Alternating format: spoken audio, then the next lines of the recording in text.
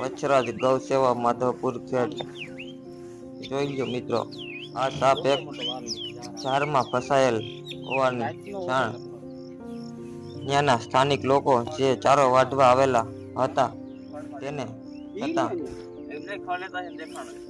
ત્યાંના લોકોએ માધવપુર વચરાજ ગૌ સેવાને જાણ કરવામાં આવેલ.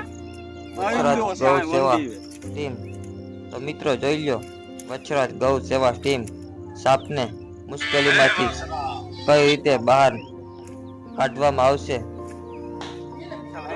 અને સાપને કાઢી અને એને પાણીવાળા એરિયામાં છોડવામાં આવશે, જેથી કરી અને ટાઢારી મળી શકે.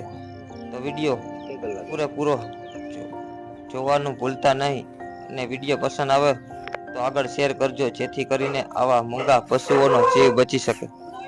તો મિત્રો, આવા મૂંગા પશુ કે જે મુશ્કેલીમાં હોય તો વચરાજ ગૌ સેવા ટીમ તાત્કાલિક હાજર જ હોય.